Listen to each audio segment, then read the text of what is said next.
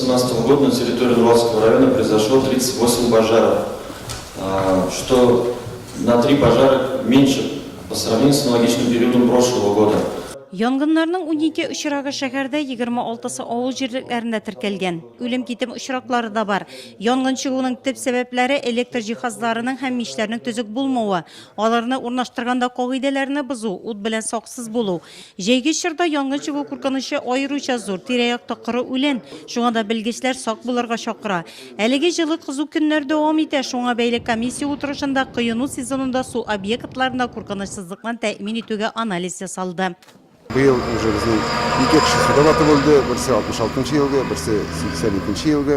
Безнең патрульный группалар 26 физический поселениедә, барысында һәркемне әйләнәләр, карыйлар. Шу периодта 29 протокол составляется ителде. Илһам Курамшин белдергәнчә, иң мөһиме әти-әниләр балаларын су буена җибәрмәсеннәр. Барлык әти-әниләргә, әби-бабайларга кызу көннәр. Балалар үзләре генә велосипедларда йөриләр, уйныйлар, чыгып китәләр, любой вакытта, любой за определенное время килеп су кырыена, аларында тарта карыйлар, су кыйнганнарын үзләре керәләр, зурлар янына керәләр. Вот. Шуның белән аларны гел контрольдә торырга. Саклану яшькә карамый һәм ул беркемгә дә зыянга түгел, шуны истән чыгармыйсы иде.